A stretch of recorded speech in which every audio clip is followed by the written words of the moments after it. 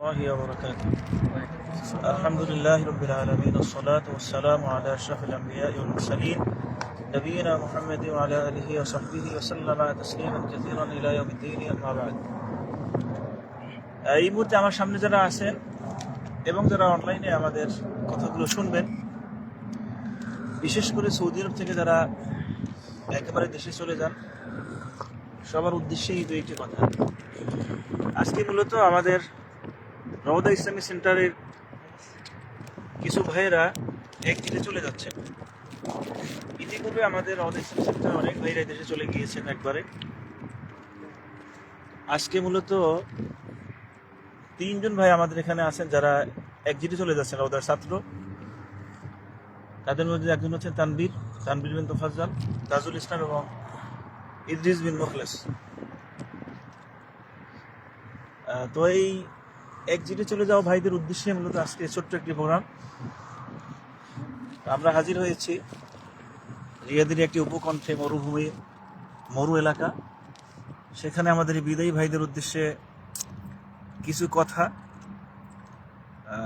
বলা চলে, ছোট্টখাটো বিদায়ী অনুষ্ঠান। কিন্তু এই অনুষ্ঠান করতে গিয়ে আমাদের কিছু কথা বলা দরকার মনে করতেছি আমরা, যারা চলে যাচ্ছেন একবারে এবং যারা ইতিপূর্বে চলে গিয়েছেন অথবা ভবিষ্যতে যারা যাবেন, সবার উদ্দেশ্যেই প্রথম কথা হচ্ছে আমাদের এই ছোট ছোট বিদায় আমাদেরকে স্থায়ী বিদায়ের কথা স্মরণ করে দেয়। আমরা দুনিয়াতে বিভিন্ন সময় বিদায় নেই, স্থান থেকে বিদায় নেই, কোম্পানি থেকে বিদায় নেই, কর্মস্থল থেকে বিদায় নেই। এরকম আমাদের অনেকের জীবনে বারবার বিদায় হয় বা বিদায় ঘন্টা বাজে।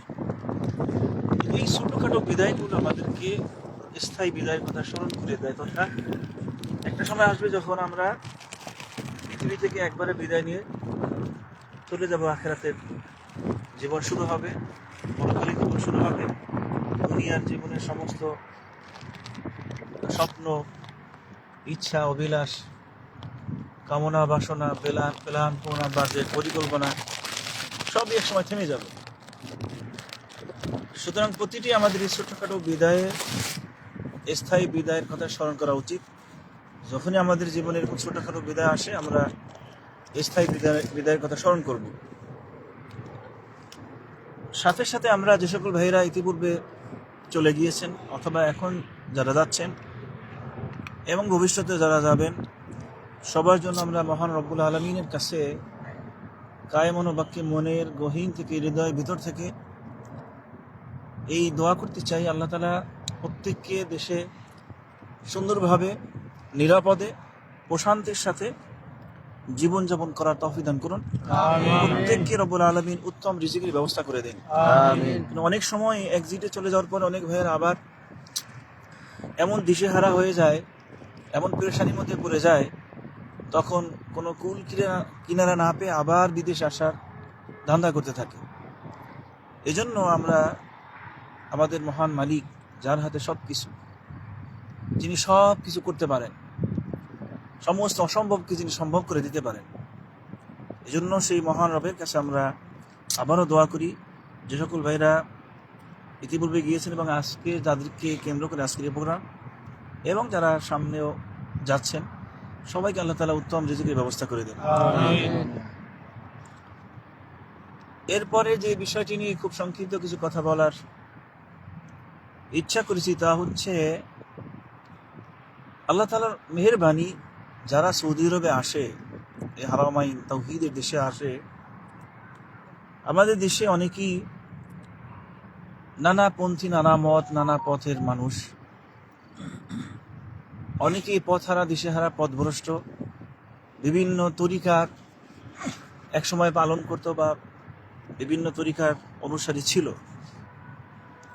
কিন্তু আল্লাহ তাআলার মেহেরবানি, হারামাইনের দেশে এসে, তাওহীদের দেশে এসে অনেকের জীবনই সঠিক ইসলামের পরিচয় জানা, ধারণ করা এবং মেনে চলা, এটা সহজ হয়, সম্ভব হয়।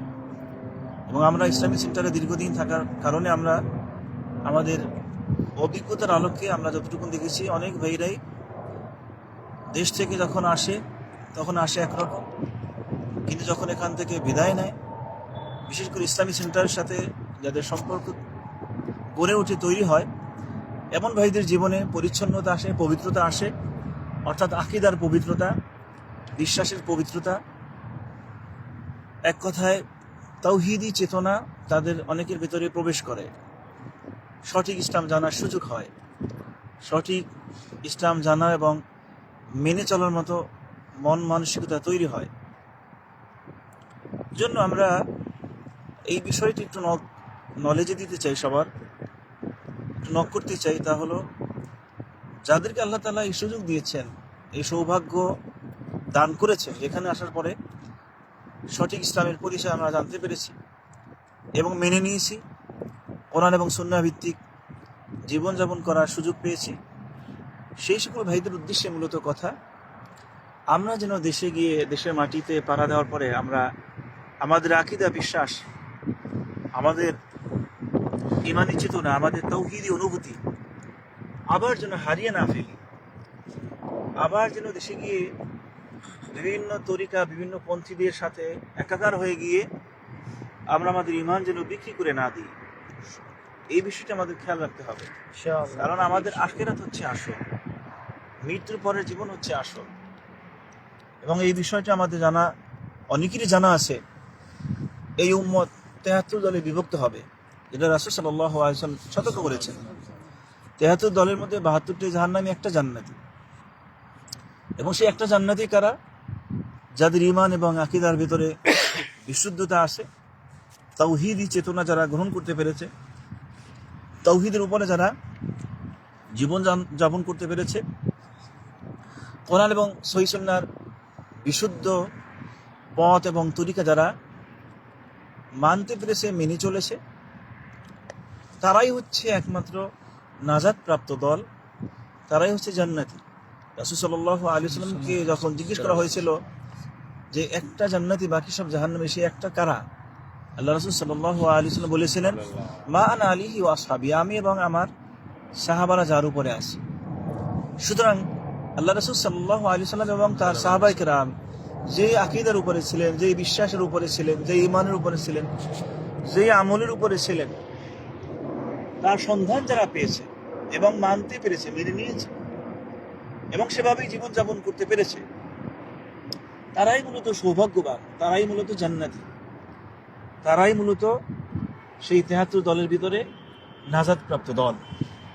অতএব আমরা এই বিষয়টি খুব গুরুত্ব সহকারে এই মেসেজটুকু দিতে চাই, যারা আমরা তাওহীদের সন্ধান পেয়েছি এবং মেনে নিয়েছি, আমরা যেন প্রচলিত সমাজ ব্যবস্থা, প্রচলিত আপনার বিভিন্ন তরিকা, তাদের মাঝে নিজেদেরকে আবার একাকার করে আমাদের সেই বিশুদ্ধ আকীদা এবং বিশুদ্ধ মানহাজ থেকে আমরা যেন ছিটকে পড়ে না যাই, আমরা যেন আবার বিভ্রান্ত হয়ে না যাই। এবং সেই ক্ষেত্রে একটি মজার একটি বিষয় হচ্ছে যে আল্লাহ তাআলার কাছে আমরা যেমন হেদায়েত কামনা করব, অনুরূপভাবে প্রতিটি মুহূর্তে হেদায়েতের উপরে টিকে থাকার জন্য বেশি বেশি আল্লাহ তাআলার কাছে বলতে হবে। আমরা যখন সূরা ফাতিহা পড়ি নামাজের ভিতরে কিংবা নামাজের বাহিরে, তখন আমরা বলি ইহদিনাস সিরাতাল মুস্তাকিম। মুখে যখন বলবো, আমরা ভিতরে ভিতরে আল্লাহ তাআলার কাছে বলবো, রব্বুল আলামিন আমাদেরকে সরল রাস্তা দেখাও। সিরাতাল্লাযীনা আন'আমতা আলাইহিম, যাদের প্রতি তুমি নিয়ামত দান করেছো, সেই নিয়ামত প্রাপ্ত ব্যক্তিদের অন্তর্ভুক্ত আমাদেরকে করে নাও। এটা মুখে বলার সাথে সাথে ভিতরেও এটা আমরা অনুভব কামনা করব।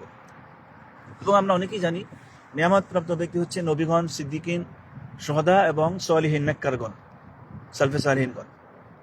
তাহলে আমরা নিঃসন্দেহে এই বিষয়টা আমাদের মাথায় রাখতে হবে। হেদায়েতের উপর টিকে থাকা, হেদায়েত পাওয়া এবং হেদায়েতের উপর টিকে থাকা দুটোই আল্লাহর ইচ্ছার উপর নির্ভর করে। আল্লাহ তাআলার কাছে আমরা সর্বাবস্থা হেদায়েত কামনা করব এবং হেদায়েতের উপর টিকে থাকার জন্য আল্লাহ তাআলার কাছে বেশি বেশি বলবো। আল্লাহ তাআলা নিজেই আমাদেরকে শিক্ষা দিয়েছেন বলার জন্য, রব্বানা লা তুযিগ কুলুবানা বা'দা ইয হাদাইতানা, হে আমাদের রব, আমাদেরকে যখন হেদায়েত দিয়েছো আর বক্র করে দিও না। এটা আমরা বেশি বেশি বলবো। তারপরে রাসূল সাল্লাল্লাহু আলাইহি ওয়াসাল্লাম সবসময় যে দোয়া করতেন, আল্লাহুম্মা ইয়া মুকাল্লিবাল কুলুব সাব্বিত কলবি আলা দীনিক, হে অন্তরের পরিবর্তনকারী, আমার অন্তরকে তোমার দ্বীনের উপরে সাবিত করে দাও, দৃঢ় করে দাও। তাহলে রাসূল সাল্লাল্লাহু আলাইহি ওয়াসাল্লাম যেখানে আল্লাহ তাআলার কাছে এইভাবে দোয়া করতেন দ্বীনের উপরে অটল থাকার জন্য। অতএব আমাদের প্রতিটি মুহূর্তে আল্লাহ তাআলার কাছে এই দোয়া করা জরুরি, রব্বুল আলামিন আমাদের অন্তরটাকে তোমার দ্বীনের উপরে সাবিত করো এবং তার উপরে যেন আমরা অটল থাকতে পারি এবং হেদায়েতের উপরে টিকে থেকে দুনিয়া থেকে যেন বিদায় নিতে পারি, এই জন্য বেশি বেশি আল্লাহ তাআলার কাছে বলতে হবে।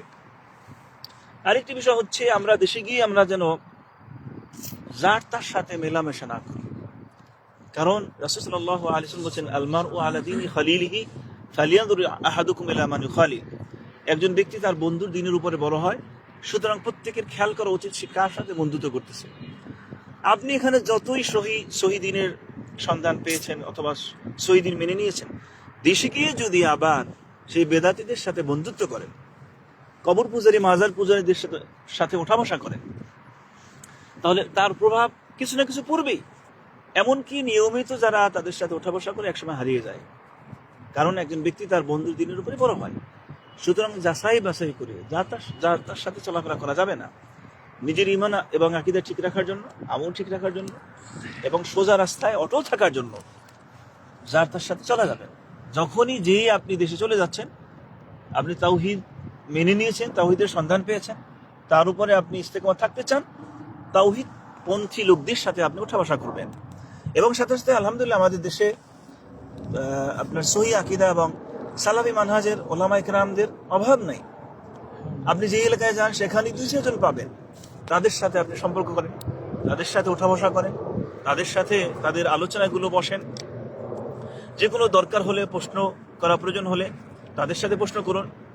এভাবেই আপনার দ্বীনি মজলিস নিজেদেরকে ধরে রাখা এবং সহিহ আকীদার সালাফি মানহাজের ওলামা মাশায়েখ এবং সেই সমাজের সাথে নিজেকে আবদ্ধ করে রাখার চেষ্টা করা। কোনোভাবেই বেদাতি কিংবা কবর পূজারী কিংবা মাজার পূজারী অথবা বিভিন্ন তরিকাপন্থী তাদের সাথে ওঠা বসা করা যাবে না। তাদের সাথে নর্মাল যেটা বেচা কিনা করবেন অথবা সামাজিক যেটা সম্পর্ক সেটা থাকলো, কিন্তু অন্তরঙ্গ বন্ধু তাদেরকে বানানো যাবে না। ওঠা বসা করার ক্ষেত্রে, বন্ধু বাছাইয়ের ক্ষেত্রে যাচাই বাছাই করে ভালো পরিবেশে, যাদের আকীদার ভিতরে কোনো গ্যাঞ্জাম নাই, কোনো সমস্যা নাই, যারা তাওহীদের উপরে আসে, এই ধরনের সমাজ এবং এই ধরনের ওলামায়ে কেরাম, এই ধরনের ব্যক্তি, তাদের সাথে ওঠা বসা করা। নতুবা যে কোনো সময় যে কোনো ব্যক্তি হারিয়ে যেতে পারে, যে কোনো সময় যে কোনো ব্যক্তি পথহারা হয়ে যেতে পারে। এই জন্য প্রিয় ভাইয়েরা, যাদেরকে কেন্দ্র করে আজকের এই প্রোগ্রাম তাদেরকে খাস করে বলবো, এবং যারা ইতিপূর্বে যারা চলে গিয়েছেন অথবা সামনে যারা যাচ্ছেন কিংবা ভবিষ্যতে যারা যাবেন, সবার উদ্দেশ্যে কথাটুকু, আমাদের সবচেয়ে বড় সম্পদ আমাদের ঈমান এবং আকীদা। আমাদের সবচেয়ে বড় সম্পদ হচ্ছে আমাদের তাওহীদি চেতনা, তাওহীদি বিশ্বাস। এর থেকে বড় সম্পদ আর কিছুই নাই। হেদায়েতের থেকে বড় সম্পদ, তাওহীদের থেকে বড় সম্পদ আর কিছুই নাই। সুতরাং এই সম্পদ যেন কোনোভাবে আমাদের হাতছাড়া হয়ে না যায়। আপনার যদি কিছু পয়সা আপনার হারিয়ে যায়, আপনার কিছু সম্পদ যদি লস হয়ে যায়, আপনার হাতছাড়া হয়ে যায়, আপনার তেমন কোনো ক্ষতি হবে না। কিন্তু ঈমান হারা যদি হয়ে যান, তাওহীদ যদি আপনার থেকে হারিয়ে যায়, আপনার যদি আকীদার ভিতরে শিরক করে বেদাত ঢুকে যায়, এর থেকে বড় লস আর কিছু হতে পারে না। এই জন্য আমরা আমাদের সবচেয়ে বড় সম্পদ, ঈমানের সম্পদ, তাওহীদের সম্পদ, আকীদার সম্পদ হেফাজতের জন্য আমরা আমাদের নিজেদেরকে যেমন সামাজিকভাবে সেভাবেই খুব সতর্কতার সাথে ওঠা বসা করবো, চলাফেরা করবো, আর সাথে সাথে আল্লাহ তাআলার কাছে বেশি বেশি দ্বীনের উপরে অটল থাকার জন্য বেশি বেশি আল্লাহ তাআলার কাছে দোয়া করব। আর একটা কথা না বললেই নয়, আমরা যেহেতু যাচ্ছি, আমরা হিকমতের সাথে দাওয়াতি কাজ করব। খুব দ্রুত গিয়ে সবার সাথে আপনার গ্যাঞ্জাম করা, সবার সাথে খুব দ্রুত ঝগড়া ফাসাদে জড়িয়ে পড়া, এটা ঠিক নয়, এটা দাওয়াতি কাজের খেলাফ। দাওয়াতি কাজের ক্ষেত্রে হিকমত অবলম্বন করা। আল্লাহ তাআলা বলেছেন উদউ ইলা সাবিলি রাব্বিকা বিল হিকমাতি ওয়াল মাউইযাতিল হাসানা, তোমরা তোমাদের রবের পথে ডাকো হিকমতের সাথে এবং উত্তম নসিহতের মাধ্যমে। সুতরাং যারা আমরা সহিহ আকীদার সন্ধান পেয়েছি, তারা দেশে গিয়ে খুব দ্রুতই মানুষের সাথে ঝগড়া ফাসাদের জড়ায়ে পড়া কিংবা তর্ক বিতর্ক করা, এতে লাভের থেকে ক্ষতি বেশি। হিকমতের সাথে আমরা দাওয়াতি কাজ করব, অন্যদেরকে হিকমতের সাথে বোঝানোর চেষ্টা করবো। আর কথা বলতে গিয়ে অবশ্যই দলিল আদিল্লার দিকে একটু খেয়াল রাখতে হবে। আপনার যদি দলিল আদিল্লা মুখস্থ না থাকে, জানা না থাকে, আপনি কিভাবে ডাকবেন? আপনি একটা লোককে কথা বলতে গিয়ে যদি একটা দলিল বলতে না পারেন, আপনাকে স্বাভাবিকভাবে বলবে মিয়া তুমি কিসের দাওয়াত দাও, তুমি নিজে একটা দলিল বলতে পারো না।